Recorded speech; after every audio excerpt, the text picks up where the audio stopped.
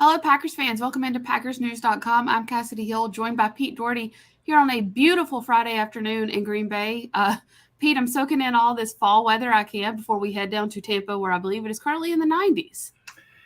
Yeah, I wonder if the Green Bay Packers are going to wilt in that heat. It's been really mild here for the past several weeks. I think they're going to have a really tough time with that. It's going to drain them. Yeah, I mean, I think the high on Sunday is 88, which is not too bad. We've hit mid 80s here, and that's not too bad. What'll always get you is the humidity. It's not the heat; it's the humidity. Yeah, and I'm sure they'll make them wear the Packers will have to wear their green jerseys and all that too. So it's just they can't replicate that Even here. on the road. Yeah, I bet you anything the Bucs will wear their white uniforms. Bet you anything. So it'll be tough. I wouldn't be surprised if they have a lot of cramping issues and all sorts of problems with the heat. Got to get their pickle juice and mustard ready. Yeah, there you go. Keys for cramps. Well, Pete, we just came from Friday's practice, a couple of attendance notes.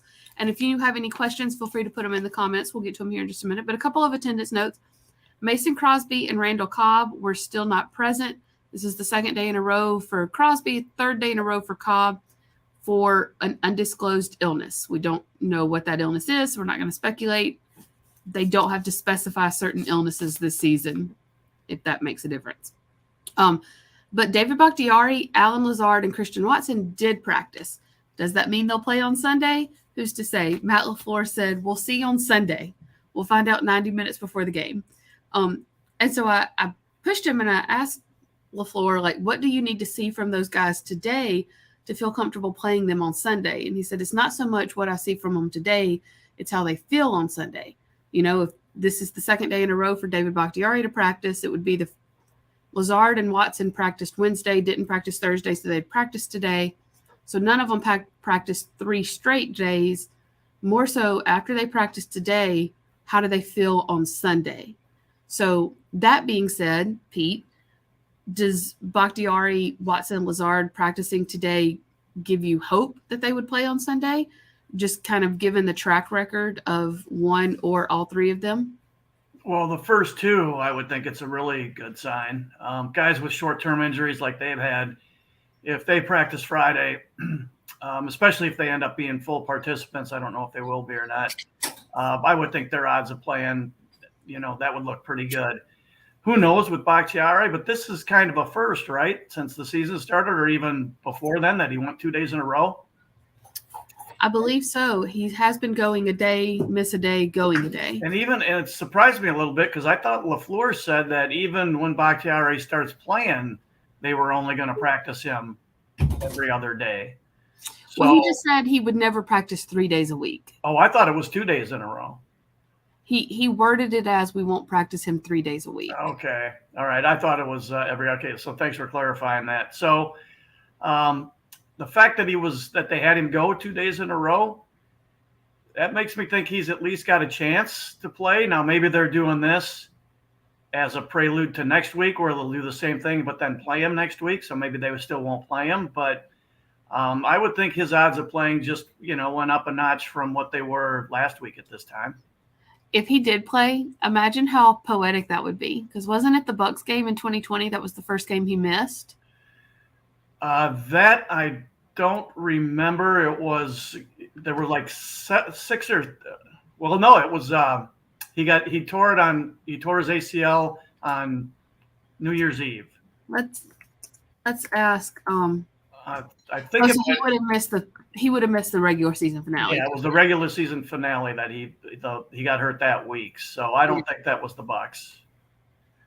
That might have been Detroit maybe, or I'm not sure who. But anyway, and I also wonder if they would not bring him back for this game because of what we were talking about before in the heat and, his conditioning and all that.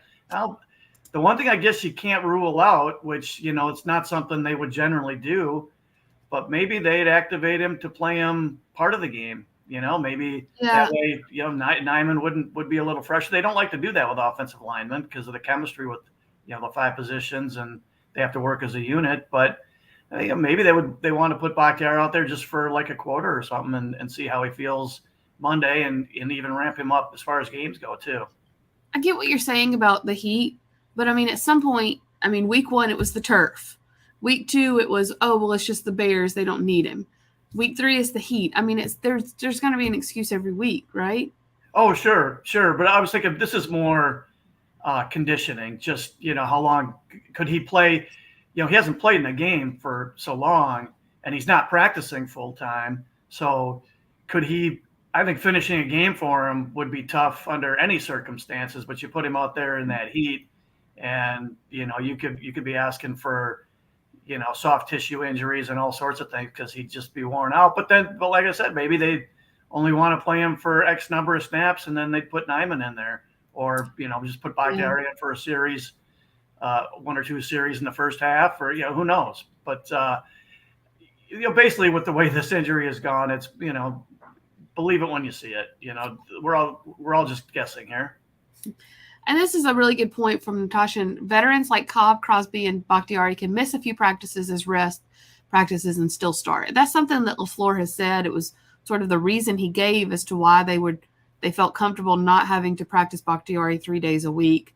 I mean, Cobb and Crosby especially, I mean, you feel pretty confident that they could roll out there on Sunday after a week of not practicing and be okay. Yeah, with veteran guys, they don't need to practice. They'll still play him as long as they feel like the guy's, in playing condition on Sunday. But gosh, it's been so long with Bakhtiari. I guess push comes to shove, I still am guessing it's at least another week, but it's just a guess. I mean, him going 2 days in a row, that's a big step up. This is a really good question from Callum. How do our special teams match up on Sunday? Because Pete, I know you've got Brady versus Rodgers, and that's the highlight. 2 very good defensive personnel units on both sides. I mean, Tampa Bay's is just stacked. They've been dominant so far in the first 2 weeks. Granted, they were playing Cooper Rush and Jameis Winston, but dominant so far, stacked top to bottom. Packers with the personnel where they feel stacked as well. This season so far, Rodgers mentioned it the other day, has mirrored the first 3 weeks of last season. Blown out in week 1, come back home with a bounce back against a divisional team, and then go on the road week 3 for a litmus test NFC game. And that San Francisco game last year was won on a field goal. And so, I mean, does it feel like this could be another one of those games where special teams is what makes the difference? Well, I think it's going to be low scoring. And when I was, we have the tags that we have to put our scores on in our system. And I saw, I think you and I picked the exact same score. So Did we really? Yeah, 17-13, right? That's what I had. And I'm pretty sure that's what I saw you had. It's going to be, I think it's going to be a low scoring game. That's my best guess. So these, games that low scoring can, any games turn on, just 2 or 3 or 4 plays. Well, those low scoring ones, I mean, 1 play could make a huge difference. Yeah, I could see special teams or just, these are teams that generally don't turn it over. I could see a turnover being huge. So yeah, I would definitely agree with you there. Teams that generally don't turn it over, yet Rodgers has turned it over, I think, against this team over the past couple of years more than any other NFC team. That was a stunner 2 years ago in the regular season. I think the Packers just it was like somebody stunned them because I think Rodgers had thrown in his whole career, it was either 1 or 2 pick sixes. And in that game, in back-to-back possessions in the first half, he basically threw 2 pick sixes. 1 was a pick 6, and the other was returned to like the 2-yard line. Wow. And I think I think the Packers were so stunned because it never happens that they'd really never recovered. And the Bucs had a great defense and totally shut them down and blew them off the field that day. So yeah, that was a shocker. I don't think we're going to see that again, but who knows? That would certainly be a story to tell. We've got some more questions coming in. Lindell says, why did the Packers play so many games with injuries? Why not just tell the truth? It's crazy to believe that these games actually provide any competitive advantage. I feel like it's not just the Packers that do that, though. I mean, that's kind of gamesmanship from every team, right? Oh, it is. It's everybody. And, if you're just a fan of the Packers, you wouldn't know that. But every team they guard this stuff like state secrets. They think it makes a difference because it forces teams to waste time, use time game planning for multiple scenarios. They clearly think it's at least a little bit of advantage, and if they can get the smallest, tiniest advantage, they're going to try to take it. It does. I'm a little dubious, like Lendale is, about whether it actually really helps them. But the teams think of doing this, and you're definitely right. I mean, I'm sure you saw it in Jacksonville. This is not just a Packers thing. This is an NFL thing. The Tampa Bay's injury report every day this week has been like half the page. It's been absolutely ridiculous, which kind of goes along with what Natasha was saying as well. It's not the same Buccaneers team in the past. I believe we're a much better defense, and they are down some major weapons, so this should be a good game.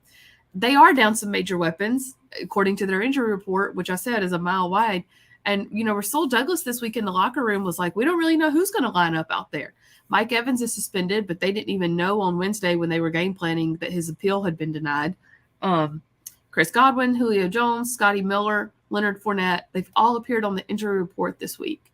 And so as to who will come out there is anybody's guess. But as they've also reminded us, Tom Brady has won Super Bowls with receivers whose names nobody could remember for $100. And so it's not so much about who the Bucs roll out there. It's about affecting Tom Brady, which is, of course, easier said than done. Rasul actually had a lot to say on that, and so we're going to hear from him real quick.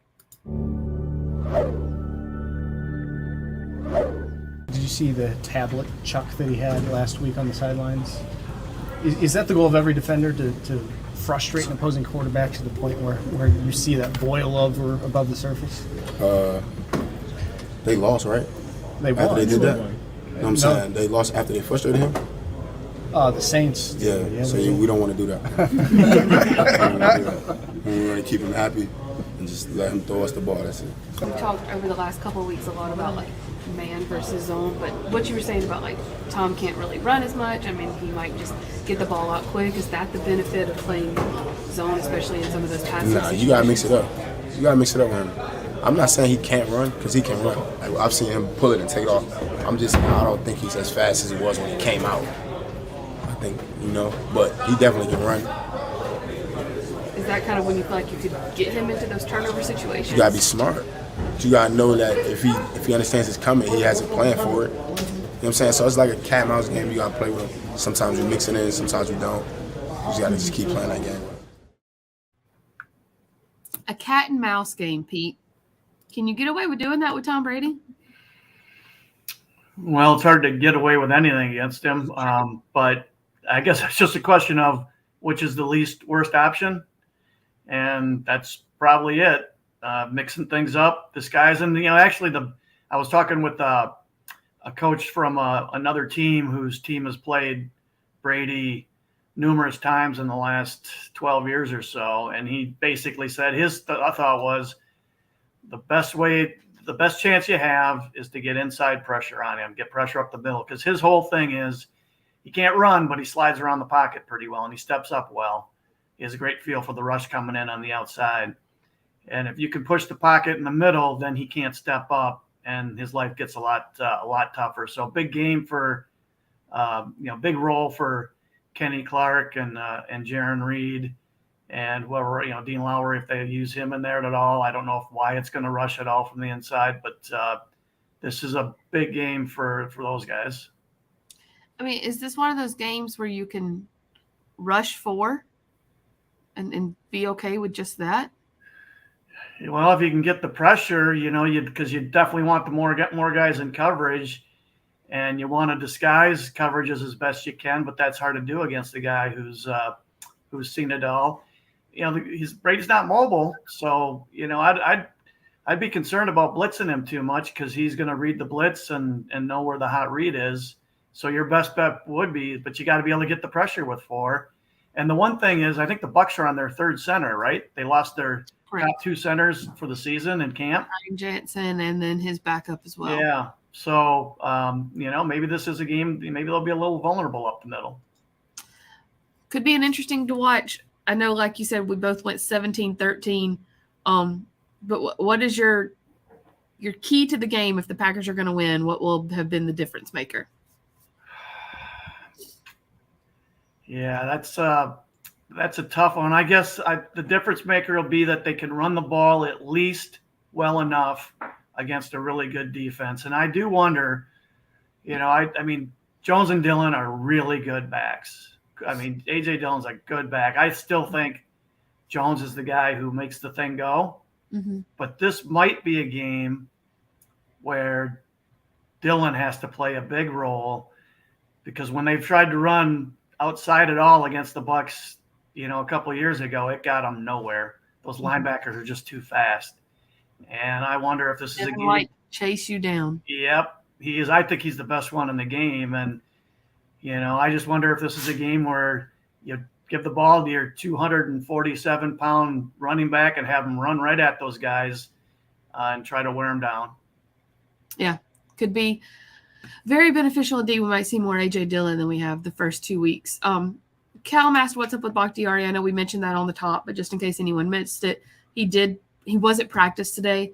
We'll see when the injury report comes out how much of a participant he was. As far as his status for Sunday, LaFleur said, we'll see. That's kind of been what he said for the past year and a half.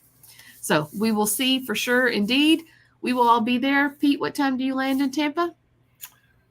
I think like 6:50, somewhere in there. I'm getting there early Saturday morning. Going to try to sneak in a trip to the beach. So no early flights for me. I get there as early as I can and just settle in. I don't like getting there late at night. It throws me off.